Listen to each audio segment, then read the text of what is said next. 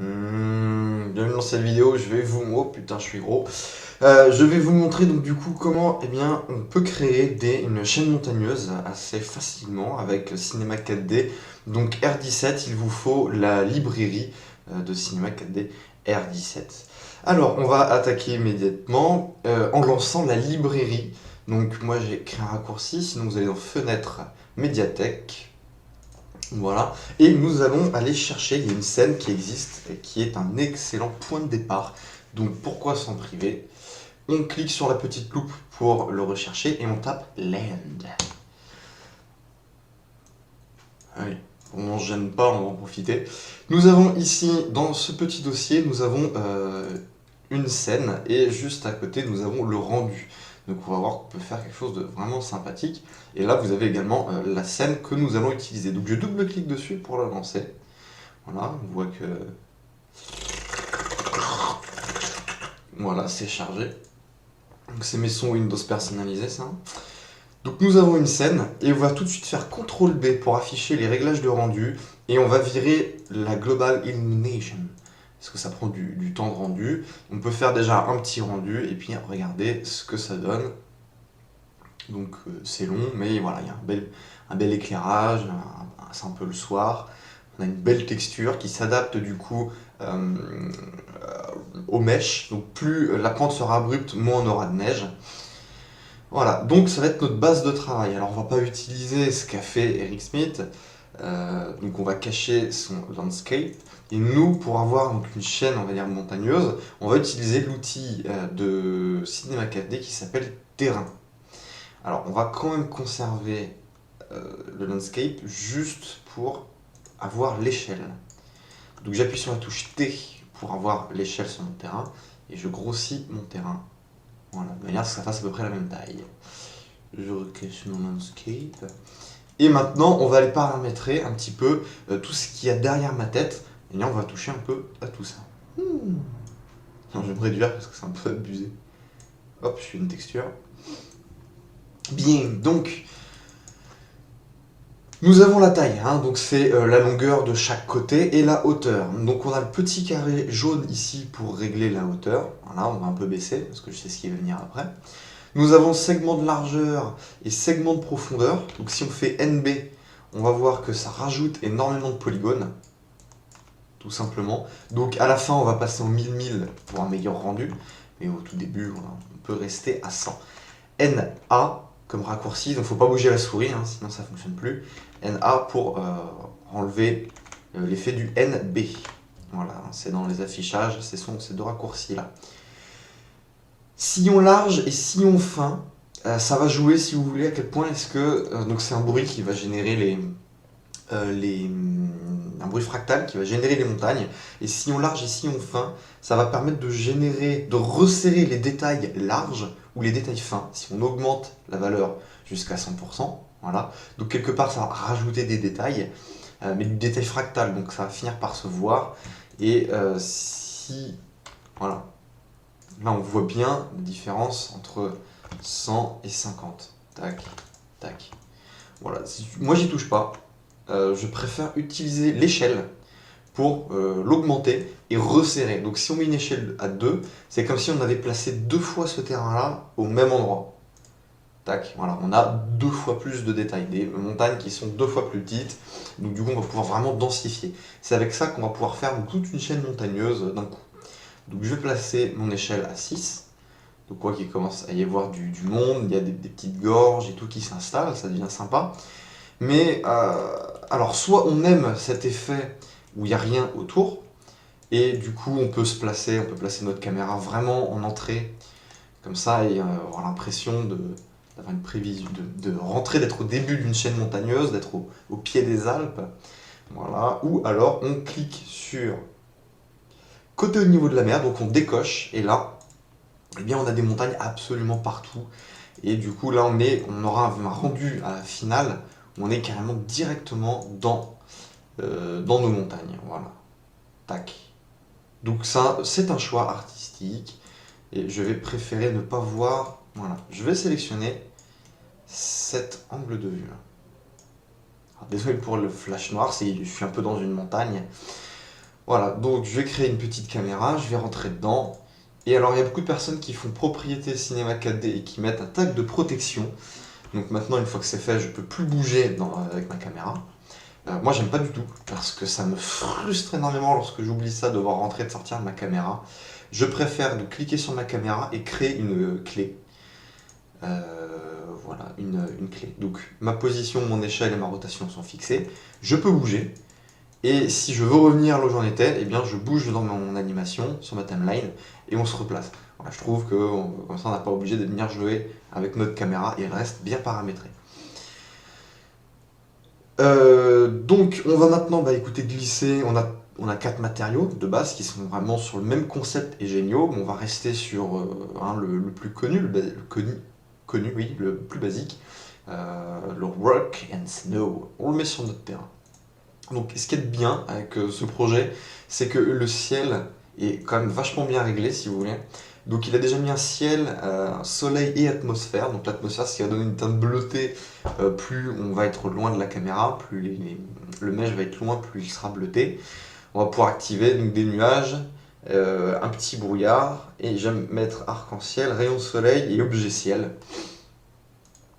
Ça va changer un peu le rendu sur celui-là. De manière générale, je l'utilise jamais parce que c'est un cancer à bien paramétrer, pour bien mettre le soleil, etc. Je préfère le faire en post-prod, mais là ça marche. Et je vais tourner ma scène pour avoir un éclairage. Donc là, on a une idée déjà des ombres. Voilà, je vais mettre des ombres comme ça. Alors, je vais faire CTRL B. Et rien du tout. On va faire un petit rendu, voir ce que ça donne déjà. Voilà. Alors, première chose dégueulasse que l'on constate, c'est ici cet effet de dents de requin. Là, on a un crémelage un peu fou. Et en fait, si on regarde bien, on l'a absolument partout. Voilà, donc il y a un manque de polygones certain. C'est pas joli. C'est pas joli du tout. Là, c'est déjà un peu mieux. Là, on a un rendu de qualité réelle. Bon, ok, c'est pas drôle. Alors, on a comment régler ce problème, sachant que sur notre terrain, on a déjà mis 1000 et on ne peut pas aller plus loin. Eh bien, on va aller modifier légèrement notre matériau et on va rajouter un canal de displacement. Attention. Voilà, voilà. Déplacement et on va mettre, donc on veut pas faire gonfler nos montagnes, on veut pas que ça alterne nos montagnes, on veut juste que ça rajoute des polygones pour lisser le tout. Donc du coup, on va pas mettre un bruit, on va juste mettre une couleur. Là, on voit que ça gonfle. Et comme le mid-value, la valeur médiane de base en Cinema 4D est de 0,5, si on met en L une valeur de 50, donc un gris parfait, eh bien on va avoir, quelle que soit la hauteur du déplacement, on n'aura aucune, ça ne va absolument pas affecter notre mesh. Voilà, donc maintenant il faut laisser une valeur dans hauteur supérieure à 0, sinon Cinema 4D ne va pas prendre en compte votre canal displacement. Voilà, excusez-moi. Et on va activer le déplacement sous-polygonal qui va permettre de, pour chaque polygone, appliquer une subdivision. Donc une subdivision de 1, c'est-à-dire qu'on va subdiviser une fois. Donc du coup, votre polygone va devenir 4 polygones. Et donc là, si on resubdivise encore, les 4 polygones seront encore multipliés par 4. Donc ça monte très vite. 2 ici sera suffisant pour avoir un rendu, je pense, sympathique. Donc ça va que lisser nos bords. Ça va être, si vous voulez, l'anti-aliasing de nos mèches. Voilà. J'ai l'impression que ça ne fonctionne pas et je crois que j'ai encore oublié de... Ouais, ça fonctionne pas du tout, j'ai oublié de cocher la petite case juste en dessous, arrondir la géométrie. Donc ça veut dire qu'il va appliquer un smooth sur votre géométrie. Si vous le faites pas, il y aura plus de polygones, mais ça va pas changer votre géométrie de base. Donc moi je la coche toujours, même quand j'amène des maps de ZBrush, je la coche toujours. Voilà, donc hop, je vais faire un rendu de zone, voilà, à l'endroit où c'était bien moche, on voyait bien. Préparation de l'aide déplacement. Hop. Voilà, maintenant on a quelque chose de bien lisse. Alors rien ne vous empêche, bien entendu, d'aller mettre euh, à la place de ce gris, rien ne vous empêche de mettre un bruit, si vous connaissez un peu le Lucas par exemple, qui est vraiment bien pour faire des montagnes et tout ça. Vous pouvez mettre un petit Lucas pour rajouter des détails. Enfin là, vous allez partir dans des tests assez longs pour bien le paramétrer. Je vous donne l'astuce, mais moi je le fais pas. Ok, qu'est-ce que je voulais faire d'autre? Oui, alors, je vais passer je vais activer ma Global Illumination pour voir un petit peu ce que ça donne. Et moi, j'adore le Monte Carlo, le quasi Monte Carlo dans les méthodes primaires et secondaires. Et on peut passer directement en haut. Moyen, c'est bien. Il n'y a pas grosse différence, mais enfin, ouais, je vais être en bas pour le besoin du tuto. Mais pour rendu final, réfléchissez pas, vous mettez en haut. Voilà, je vais passer en rendu physique. Donc, mode progressif, c'est-à-dire qu'il va calculer, il va tout déballer jusqu'à ce que moi je lui dise stop. Voilà. Donc, avancer, je vois que j'ai un aperçu rapide en mode progressif. Donc, il va vous donner une prévisualisation, si vous voulez, de votre scène. Allez, j'aimerais montrer aux gens. Fou! Alors, préparation de la texture. Voilà. Donc ça, là, pour le moment, c'est le quick preview. Quick preview. Attention, la dernière passe. Donc, vous voyez, tout ça, hein, tout ce temps de rendu, concrètement ne sert pas à grand chose. Il est juste là pour vous dire voilà ce que ça va donner. Et après, il reprend par-dessus comme au début. Donc moi, je trouve que c'est vraiment, c'est pas utile. Je préfère m'en passer. Alors, je vais virer le displace parce que c'est long pour le tuto. À moins que ça soit bon. Préparation. Ouais, c'est trop long. C'est trop long pour vous montrer. Donc, parce que j'ai besoin de vous montrer le rendu pour vous dire ce que j'aimerais faire après, pour que ce soit plus facilement compréhensible. Voilà. Donc là, par contre, on est tout de suite dans les rendus de passe progressive, donc on voit bien comment il avance. Donc c'est un balayage, et on voit qu'au final, on a une très très bonne prévisualisation tout de suite, plus rapidement qu'avec le quick preview. Donc c'est pour ça que je le désactive toujours. J'aime pas trop le quick preview. Donc voilà, on commence à avoir une idée du placement de notre neige, tout ça, ça semble sympa. Mais moi je trouve que l'effet d'atmosphère n'est pas assez important. Et donc dans Physical Sky, on a un onglet atmosphère, on pourrait aller s'amuser avec et tout, mais alors je trouve que c'est une purge. Et puis on fait le rendu. Ça m'horripile. Il y a par contre un truc qui est beaucoup plus rapide qui permet de simuler une atmosphère assez sympa. Comme ce qu'on veut, c'est simplement, si vous voulez, cet aspect bleuté. Après, le reste, quelque part, on s'en fout, hein, que ça respecte les lois de la nature. Si on trouve que c'est pas assez bleuté, c'est pas assez bleuté. Du coup, on va aller dans ici, voilà, et nous avons l'environnement. Donc l'environnement, dans ces onglets, on a couleur d'environnement, on s'en fout, et on va activer le brouillard. Donc tout de suite, on voit que le brouillard, ça va être un dégradé, si vous voulez, c'est un volume, on va dire, avec une transparence de 50%, je dirais, et donc plus on va aller loin, plus ça va être blanc. Donc là, si je refais un rendu, eh bien, on va voir que notre ciel aura totalement disparu. Donc c'est la première chose, si vous voulez, ah mais non, mais je veux pas perdre mon ciel, il est tout blanc, c'est moche. Il suffit de cocher, de décocher, affecter l'arrière-plan. Donc du coup, le Physical Sky ne sera absolument pas affecté par l'environnement. Voilà. Et là, on a à nouveau nos teintes bleutées hein, du ciel. Donc, le ciel, il faudra peut-être un peu le tourner pour avoir notre éclairage. Maintenant, couleur blanc, c'est sympa, mais c'est bleuté, hein, l'atmosphère, mon petit bonhomme. Donc on va aller chercher une couleur un peu bleutée. Donc c'est un bleu clair. Ça doit être quelque chose comme ça. Voilà. Hop, petit rendu. Et oui, dernière chose que j'ai pas du tout paramétré, ça va être la distance bien, de votre arrière-plan. On va le rapprocher tout simplement. C'est-à-dire qu'à partir du moment où le brouillard, l'environnement a une opacité de 100%, en diminuant la distance, eh bien, on va rapprocher cette zone. Du coup, si vous voulez, ça va intensifier, ça va compacter le dégradé. Donc le dégradé sera plus rapide. Donc ici, ce sera moins bleuté que le fond. Du coup, on aura une impression de grandeur parce que l'atmosphère aura un impact plus important. Donc, je bouge de mes caméras et voilà, si je tire directement ma distance, on voit immédiatement son impact. C'est excessivement clair. Voilà. Donc, on va aller cacher pas mal les montagnes au fond. Hop. Et dans Physical Sky, je vais désactiver l'atmosphère. Alors, pour activer le brouillard, mais c'est une purge aussi à régler. Je clique dessus pour le principe. Atmosphère, nuage. Je pense quand même que je vais régler un peu le... Voilà. Parce que là, le soleil était trop devant, donc... non, qu'est-ce que je fais? Hop. Alors, où est le soleil? Le soleil est là-bas. Nous, on regarde par là.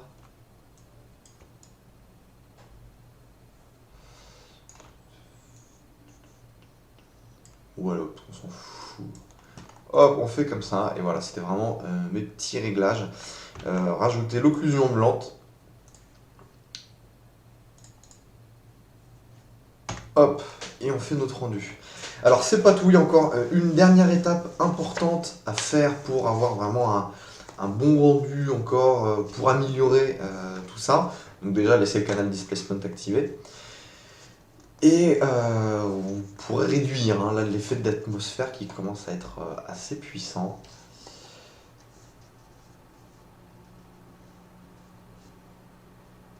Ouais, il est très, très puissant l'effet d'atmosphère. Donc on peut baisser l'environnement, on va aller baisser son intensité. Voilà. Alors, il y a une chose importante, ça va être de paramétrer la profondeur de notre caméra. Et en fait, on va pouvoir utiliser deux profondeurs différentes, une pour le flou et une pour créer notre atmosphère dans After Effects. J'adore faire ça, parce qu'on a vraiment un contrôle total et on a le résultat immédiatement. Donc du coup, alors je vais faire du coup, je vais être obligé d'enregistrer mes images. Moi j'aime bien enregistrer en PNG 16 bits, on va mettre ça sur le bureau, rendu, et on va activer les multipasses, et j'aime également les mettre en PNG 16 bits. Et schéma d'accès pareil, rendu MP1. On va dans effet et multipasse, pardon, et nous allons charger notre profondeur et nos ombres et nos occlusions ambiantes. C'est vraiment le minimum syndical. Ça. On va également aller charger un masque d'objet, parce que si on veut faire la profondeur de champ manuellement, eh bien, il va falloir masquer le ciel. Hein. Il va falloir ne pas affecter le ciel, ça aura pour effet affecter l'arrière-plan. Donc, sur notre terrain, propriété Cinema 4D rendu, et nous avons l'onglet masque d'objet, on active masque 1. Donc ça va dire à Cinema 4D qu'il y a un masque d'objet sur celui-là et c'est le numéro 1. CTRL B, masque d'objet, ID groupe 1. Voilà, si vous mettez 2, eh bien ce sera tout noir ou tout blanc, en tout cas ce sera inutilisable. Si on met 1, eh bien nos montagnes seront blanches et du coup on pourra les isoler, isoler le reste. Donc voilà, maintenant on va paramétrer la profondeur de champ. Donc on va faire un clic molette sur notre vue. Voilà, et on va passer en vue haut. Et là, on voit... alors, je vais placer un cube ici, juste devant nous, pour être sûr de bien voir. Hop. Tac. Voilà. Moi, j'aimerais ma mise au point ici. Voilà, comme ça, voilà, je vais voir mon cube et je vais faire mise au point dessus. Alors, ici, on peut pas fermer la notation là. Hop, merci. Donc voilà, le cube est là. Donc on va dans notre caméra, on fait rendu. Alors on pourrait faire mise au point automatique, sélectionner le cube et désactiver le cube dans le rendu. Mais j'aime pas trop ça. Voilà, dans détail. Et en fait, on va activer la mise au point avant et la mise au point arrière. Donc la mise au point avant, on va la mettre avant le cube. Et la mise au point arrière, on va la mettre après le cube. Donc du coup, notre dégradé de gris va se faire entre ces deux points-là. Voilà, donc, hop. Maintenant, je vais faire un rendu mage R.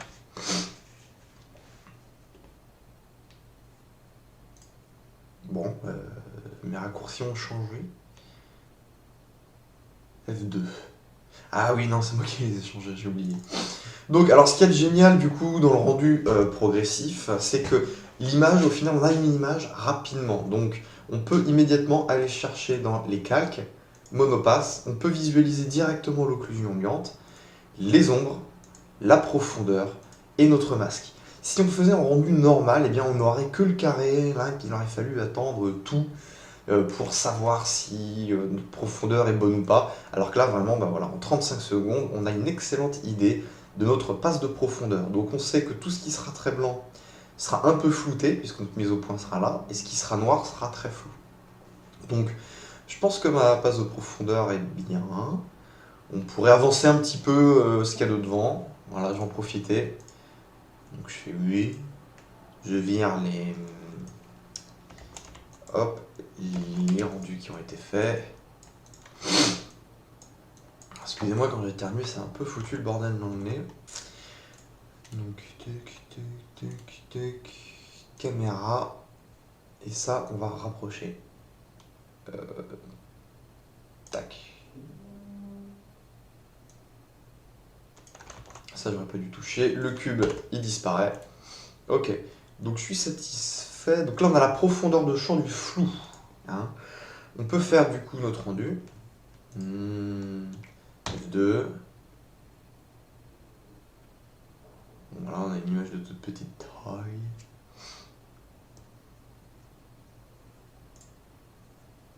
Donc ça, c'est le rendu final. Si vous voulez faire des trucs assez qu'on voit énormément là sur les Instagram, eh bien, on va pouvoir utiliser une petite sphère.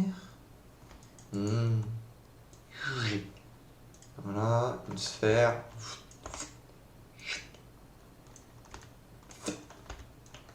Waouh, c'est tellement motion. Merde, je suis en train de faire ça, mon dieu. Et là, on prend le tube. Hop, on va rayon interne, rayon externe. Est-ce qu'on peut augmenter sa hauteur? Oui. Hop. Je vais mettre du coup quelque chose qui va le serrer. C'est lequel? Attends, incurvation, dilatation, contractation. On le met dedans. On clique sur ajuster aux parents. Voilà, comme ça il se met direct. Alors, il faut éditer. NB. Va falloir rajouter des segments en hauteur. Voilà. Hop.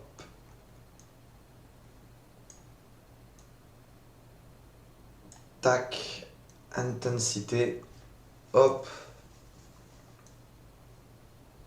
Voilà. Et je mets une courbure à 0. Voilà, Yehudas qui avait fait un rendu comme ça.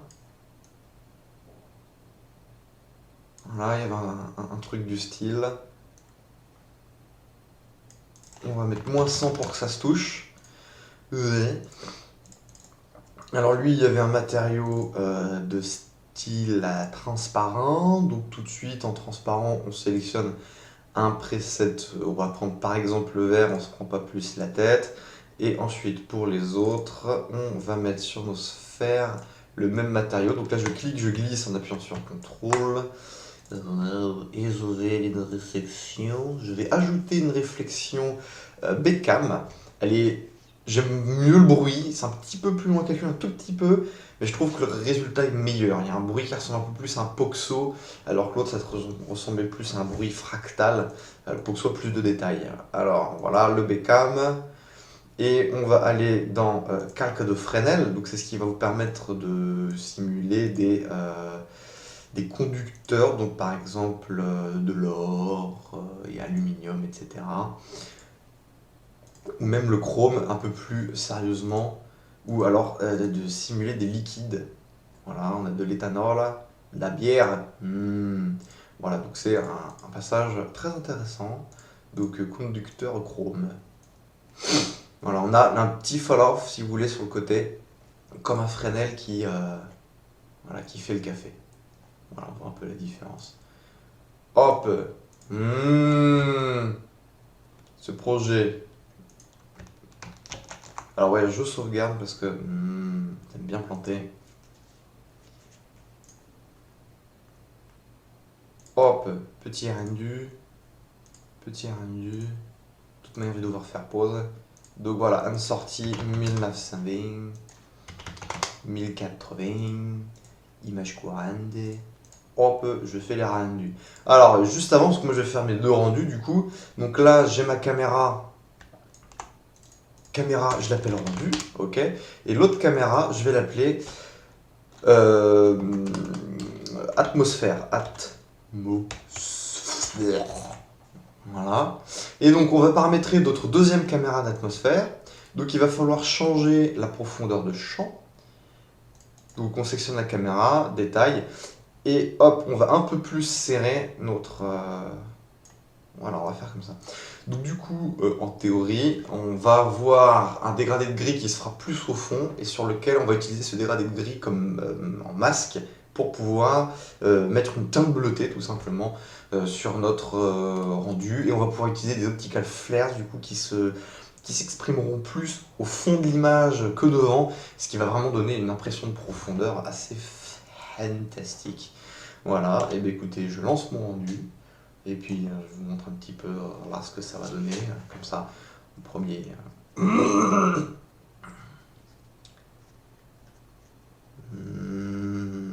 Va falloir que j'active quand même le déplacement sous surface, displacement sous surfacique.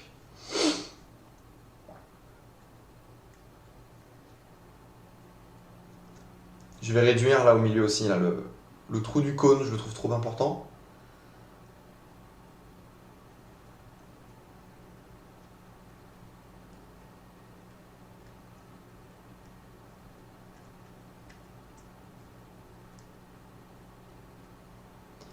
Waouh! Putain, c'est honteux.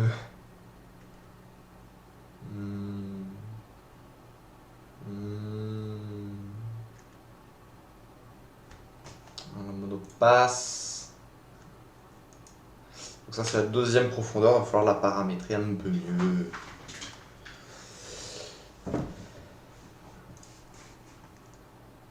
Ok, bon bah moi je fais le petit rendu puis on se retrouve après. Donc on se retrouve dans notre petit After Effects, hein. On double-clique ici, on va chercher nos images. Alors, putain, quand je vois la qualité du rendu, je travaille sur Octane maintenant, puis quand je vois les images de ces 4D, ça me met un peu une petite déprime, donc bah, j'ai pas fait mes deux rendus et tout, parce que c'est un peu... Tu sens la perte de temps, quoi. C'est-à-dire quoi que tu fasses, ce sera bah, trop long, donc voilà, je raccorde, donc j'ai même oublié de mettre le display, ça, bon, qu'est-ce qu'on va faire maintenant? On va placer notre image, le rendu, tout en bas. Et maintenant, s'il y a une majorité de blanc, eh bien on va passer en mode produit. S'il y a une majorité de noir, on passe en mode écran. Beaucoup de blanc, produit. C'est l'occlusion ambiante, donc ça veut dire qu'on veut garder les ombres, donc on veut garder le noir. Produit enlève le blanc. Ça c'est la depth. Donc la depth, on la met tout en bas. Ça c'est le masque d'objet. Donc on va le cacher. Et ça c'est les ombres, on va passer en mode produit. Voilà. Alors les ombres, waouh, elles sont sursales. Et pareil, ouais, parce que j'ai pas mis assez de passes, hein, donc je vais être obligé de les supprimer. Merci Sylvain. Donc sinon c'est comme ça qu'on utilise les passes. La partie. La partie du tuto trop fou. Merde. Donc on a notre masque d'objet, voilà, et notre depth sans fil. Donc on fait CTRL ALT Y pour mettre quelques défaits, et on va aller dans nos effets prédéfinis, et on va aller chercher Depth of field. Oh putain, je l'ai pas. Firschluff. Red Giant. Oh. Bon, eh bien, on va mettre un flou accéléré. On va le faire à la mano. C'est plus long. Hop. Flou accéléré. On va utiliser notre map de depth qui est là, ici, et on va le mettre du coup en alpha. Putain, c'est même pas la bonne caméra qui a été prise. Donc cache et on fait luminescence de rendu. Voilà, on va mettre un flou monstrueux pour bien voir. Donc il faut mettre en luminescence inversée. Voilà. Donc maintenant, voilà, on peut flouter ce qu'il y a au fond. Bon, bah du coup, comme j'ai pas pris la bonne caméra, c'est pas très intéressant, mais c'est comme ça que ça fonctionne. Alors on coche recopier les pixels. Par exemple, si vous mettez votre flou directement sur votre image, les bords deviendront noirs. Si on recopie les pixels, il y aura des données. Voilà, il n'y aura pas d'un bord noir flou qui s'installera. Là, ici, ça sert à rien, mais voilà, petit réflexe, on coche. D'ailleurs, c'est pas dans After Effects qu'on parle de temps de rendu.